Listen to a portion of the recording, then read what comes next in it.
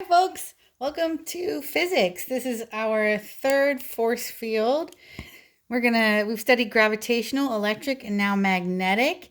As you can remember, a mass causes a gravitational field, a charge causes an electric field, and if you can get that charge to move, you get a magnetic field.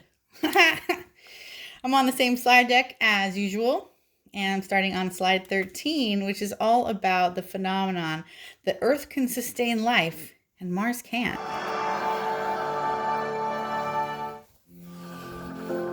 In the not-too-distant future, scientists may be able to simply scan a star for Earth-like planets and find the signature of life there. We can look right at the light from a little planet around its distant star, and that opens up a whole range of possibilities for us to not just detect the planet, but to study the planet. I mean, this all sounds like science fiction, but there is a reality to this. We have a scientific method to actually determine whether there is life on another planet. Life is one thing, intelligent life, another altogether. That requires billions of years and a powerful force field like the one we owe our lives to every day.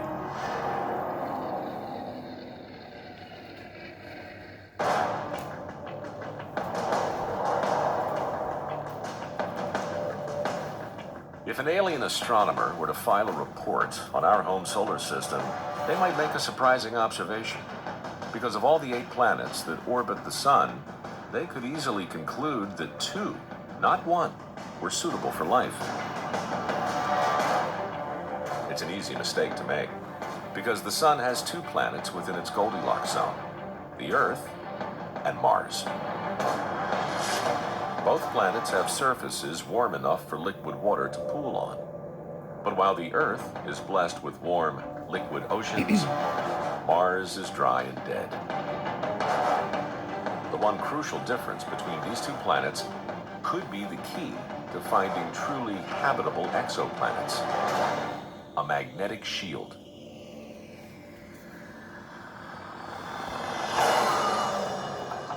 Our sun is constantly hurling deadly radiation out towards us. Only our magnetic shield, the magnetosphere, saves us. Without it, the solar wind would blow our atmosphere away, and without an atmosphere, liquid water could not exist on the surface. In order to have liquid water, not only do you need the right temperature, but you need the right pressure. If there were no atmosphere here right now, even at the same temperature we are today, all of the water would boil off into vapor immediately. So where does the Earth's magnetosphere come from? And why doesn't Mars have one? Actually, in the past, both Earth and Mars had magnetospheres, but Mars lost its around 4 billion years ago, and with it, the potential for life.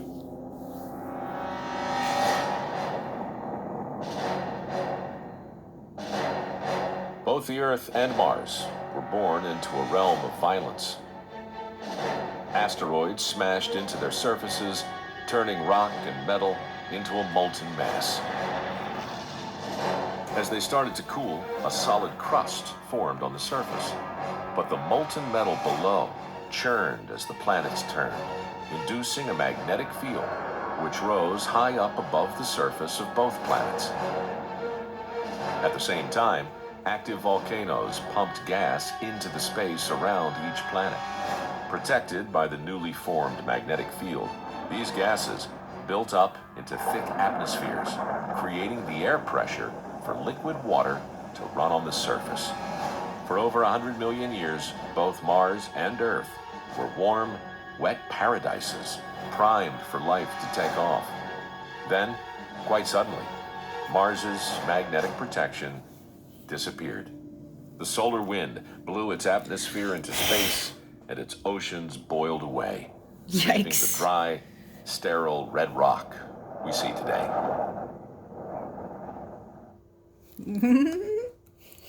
What'd you think?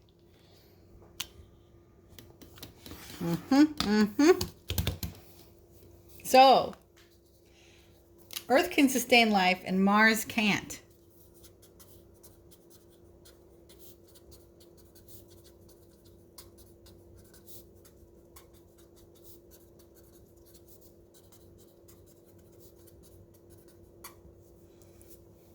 Why? Yeah, Earth has a magnetic field.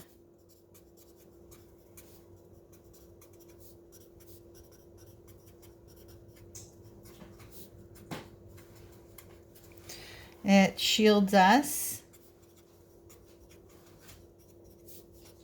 from solar winds.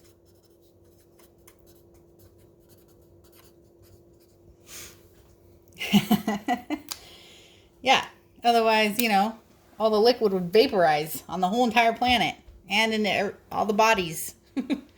So, love the magnetic field. It's good to have a shield. So before we come back to the Earth, let's go to something more relatable. I don't mean the place Lake Tahoe. I mean the magnet on the back, a refrigerator magnet. Now this magnet has a north and south pole, and it's on the flat sides like this. But we're going to look at what's called a bar magnet. I don't have one here, but you might have seen it in drawings or even on like Bill Nye or something. You might even have one. But a bar magnet is just like it sounds. It's a magnet in the shape of a bar. And there is a S and there's an N on each side of it, sorry. And that stands for the north and south pole of the magnet. In the same way that electric charge can be positive or negative, magnetic poles can be north or south, right? When it comes to drawing them, we're going to draw the magnetic field out of the north and in to the south pole, the magnetic pole. So that means if we were going to draw field lines around this bar magnet, we would draw lines coming out of the north. And yeah, they go all the way around and back into the south.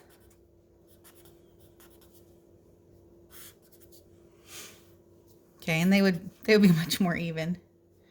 Wish I had my iron filings for you. So we can see which direction and the strength of the magnetic field. Now, just like before, closer is stronger. Where the vectors are more dense is the stronger part of the magnetic field. So it's stronger closer and weaker farther away.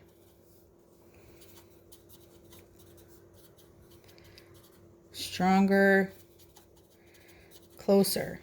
But it's not an inverse squared relationship.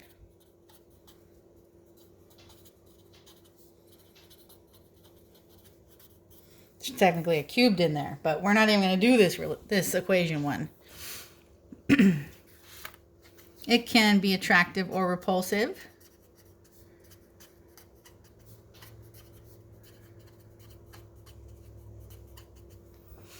Just like the electric force field. And it's based on the fundamental rule that likes repel and opposites attract. Does anybody know what magnets, good magnets are made of? Let's zoom in. Where's my magnet? Here it is. Let's zoom into a magnet or any material. In fact, let's get a couple. I've got, what else do I have here? Here, I've got a piece of plastic. Here's two materials. All right, we can zoom into these. And if we zoom into this material here, and I'm going to leave some space to write, so I'm going to draw the pictures toward the bottom.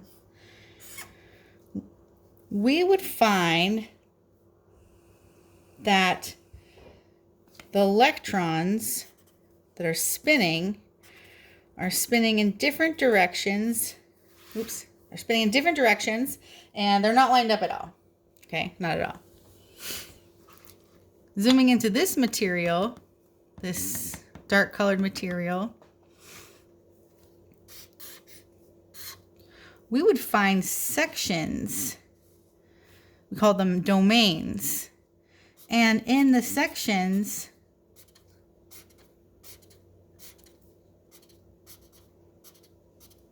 they would be lined up the same direction. This is a strong magnet. whereas this material is not magnetic. You may imagine there's something in the middle.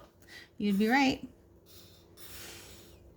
And you'd still see domains, but they wouldn't be pointing in the same direction. This is a magnetic material, which means that we could magnetize it. If we left it near a strong magnet for a really long time, it would eventually line up. That's how they make magnets with other big magnets. But what's neat about this, to me and to physics folks, and hopefully you, is that when you zoom into materials, what's happening on the microscopic level affects what's happening on the macroscopic level. So even though we can't see the magnetic domains are lined up in a magnet, we can see the effects of the magnetic field. So we know that this is a magnet. We can't see the domains in this plastic, but we can see the effects magnetically, which there aren't any, and say this is not magnetic. Materials have magnetic domains.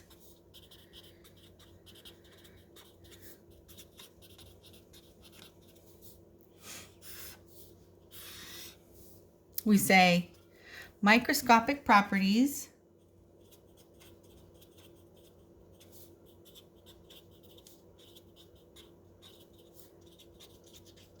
such as magnetic domains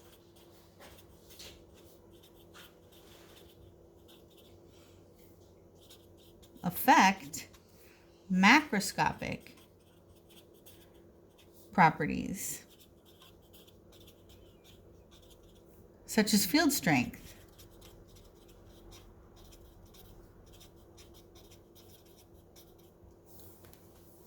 Let's see, I'm getting another color. So like this whole piece here would be a domain.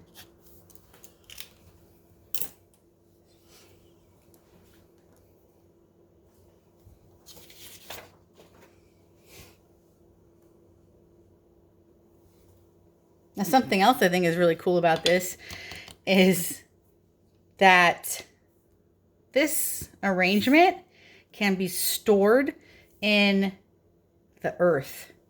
The earth has materials, and there are some materials that store magnetic domains over time, like billions of years. Like pottery. Oops, sorry. My bad. Like ceramic. Okay? So like this 600-year-old Judean pottery, you can actually use a scope and zoom in and see the domains over time. As the ceramics cooled, the magnetic materials in the magnetic minerals would align with the Earth's magnetic field. So what you get is a history of the Earth's magnetic field reversing back and forth over time. Heats up, things move around, they line up with the Earth's magnetic field, and they cool. That's so neat. There is an article here if you want to know more about that. But let's zoom in even farther. Let's go atomic.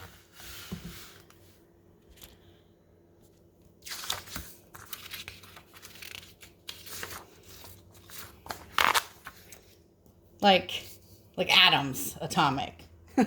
So materials can have domains and their electrons can be lined up. Electrons are subatomic particles. An atom has electrons. And so if we zoom into the atom by itself, we see something else very interesting. We see those electrons and they're spinning. And guess what? Some of them are spinning in one direction, some are spinning in another direction. But there's only two directions, which is really cool for quantum computing, but that's way later. We say that electrons are tiny spinning charges. And you know now that that creates a magnetic field. All right, ready? Ready for some electron configurations? That's right. That's right. Let's take iron, something we know to be quite magnetic. And I don't know if you guys have done electron configurations in chem yet. Sometimes they teach them in college now.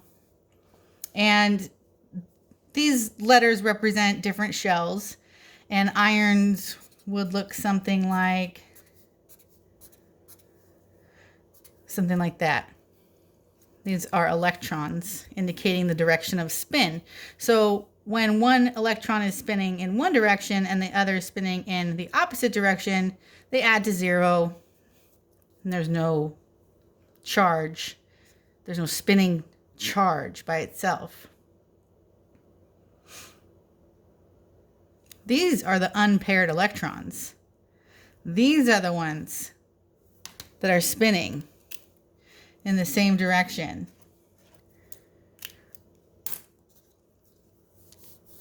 Causing iron to be magnetic. So cool. These form the magnetic domains. Electrons, domains, magnets. Let's do another one. How about cobalt?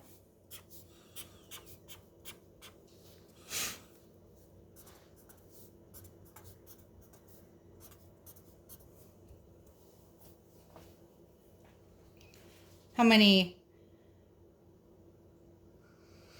unpaired electrons are aligned and spinning in the same direction? 3. How about nickel?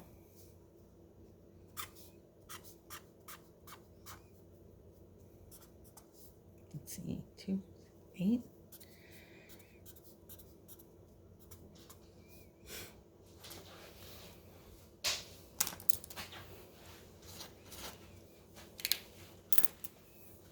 How about copper?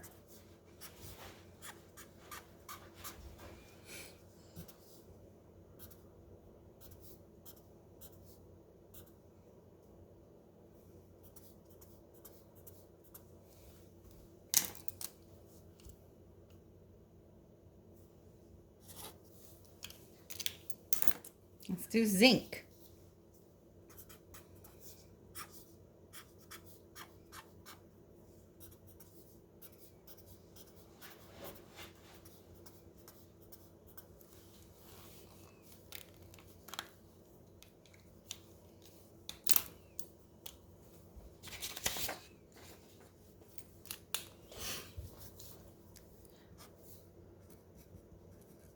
These unpaired electrons align and spin in the same direction,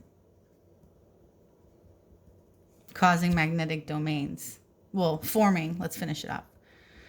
Forming aligned magnetic domains.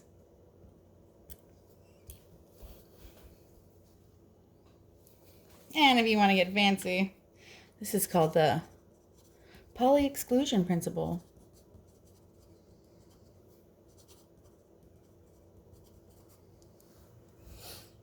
Which one of these would be likely magnetic? The most magnetic. Yep.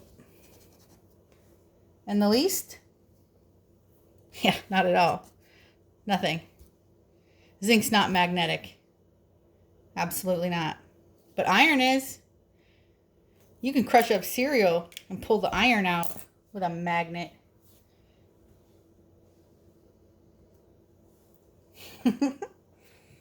Pretty neat stuff.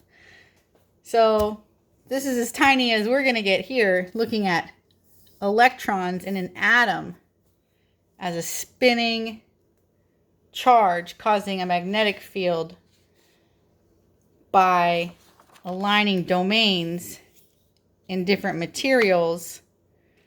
Not that one's not very aligned. Here's a giant magnet from my fridge. Honestly, this magnet's more here because it's been dropped, it's been heated up, and anytime you jostle these around, they're going to move. And so that's why you'll hear physics teachers around the world cringe every time a magnet gets dropped.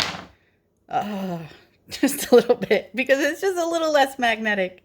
What if I chopped magnet in half? What would I get? That's how unmagnetic it is.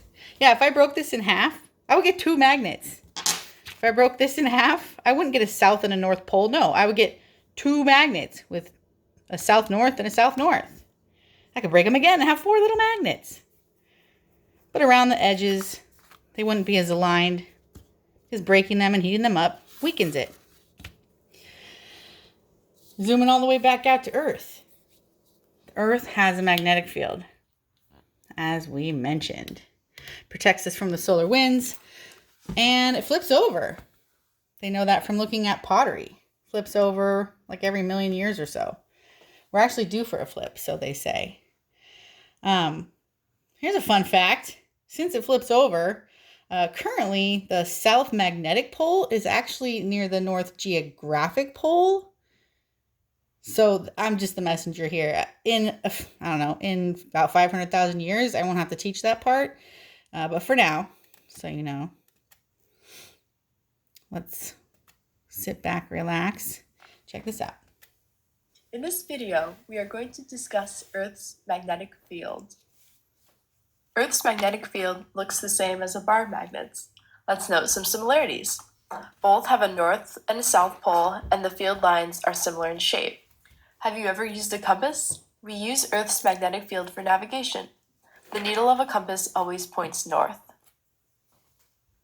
What causes a magnetic field? Here are the basics. An electric current causes a magnetic field. We're going to do this using next a time. wire carrying a current and a compass. The predicted magnetic field is a circular loop around the wire. The observed magnetic field confirms this, and we see the direction of the compass needle change with the magnetic field. So cool. It's called induction. Like we're going to induce a magnetic field from current. And you can even induce current from a magnetic field. That's the next piece. But for now, we're just looking at the Earth's magnetic field here. If an electric current causes a magnetic field, what causes Earth's magnetic field? Let's start by looking inside of Earth. We see the inner core, outer core, mantle, and crust. We want to focus on the inner and outer core that are made of iron because iron is a good conductor. Iron atoms form metallic bonds where the electrons are shared between atoms and move freely in an electron sea. These moving electrons can create a magnetic field. This is similar to what we saw before with a charge moving through a wire. Back to the Earth. The inner solid core heats the lower part of the liquid outer core. This causes convection currents. A hot, less dense molten mass moves upward, while a cooler, more dense mass sinks to the bottom of the outer core. These moving iron electrons generate a current, which in turn generates Earth's magnetic field. There's a process on Earth called the Coriolis effect. This is what determines the major wind directions on Earth. This directionality also controls motion deep in the Earth. In combination with the convection currents, a spiraling effect occurs. Because of this spiral, all the individual magnetic fields align and add together to create one big magnetic field. This is why Earth has a magnetic field. A major difference between Earth's magnetic field and a bar magnet's is that the Earth's magnetic field changes in direction over time. How much does the Earth's magnetic field move? A lot. In fact, we know that the Earth's magnetic poles flip about 4 to 5 times every million years. It's estimated that a full pole flip only takes several thousand years. In contrast, the sun flips its magnetic field every 11 years. Just saying. All of Earth's past magnetic field orientations are imprinted in the Earth's crust. On the seafloor, new crust is formed at mid-ocean ridges where 2 tectonic plates pull apart and lava wells up between them. As the lava cools, it forms tiny magnetic mineral grains. As these minerals cool, they turn into tiny magnets aligned with the Earth's magnetic field. This magnetic fingerprint is locked into the crust when it solidifies and can stay there for a very long time. How does this prove that the poles flipped? People have measured the magnetism of the crust at mid-ocean ridges and have found that the magnetism in the rock switches back and forth, forming a symmetrical zebra-striped pattern. Amazing. Some scientists think that we might see another pole reversal soon, since the North Pole has been wandering towards Siberia in recent years. We still have more to learn about Earth's magnetic field, but for now, I hope you enjoyed this video. In this video, we are going to discuss I hate when that happens. Earth's magnetic field. Oh no. Pause. Yep. Earth isn't even the only one that has a magnetic field. Check this out. Here's Earth. Here's ours. Saturn has one. Neptune has one. But look where it's located. It's not uniformly distributed like our little sphere. It's off center. Venus doesn't have one because it just moves too slowly. Now, there's something I have to tell you. I've mentioned it once before already. Just the messenger here. But currently, in 2020, the south magnetic pole of the Earth's magnetic field, right? Because the field lines are going out of the north and into the south, is actually at the north geographic pole. So like Santa and polar bears are all at the North Pole, what we call the North Pole. But that's actually the south end of the Earth's magnetic field. And the south geographic pole where the penguins are is the North Magnetic Pole. Your compass, you should play with your phone compass when you get home. Jeez. After class, if you're interested. And Boy Scouts and Girl Scouts and anyone else studying navigation already know this. Compasses, where do compasses point? Where do compasses point? All right. So that's pretty much it for magnets. Up next is induction. Should be fun. You guys have a great day, and I will hopefully see you soon. Magnets.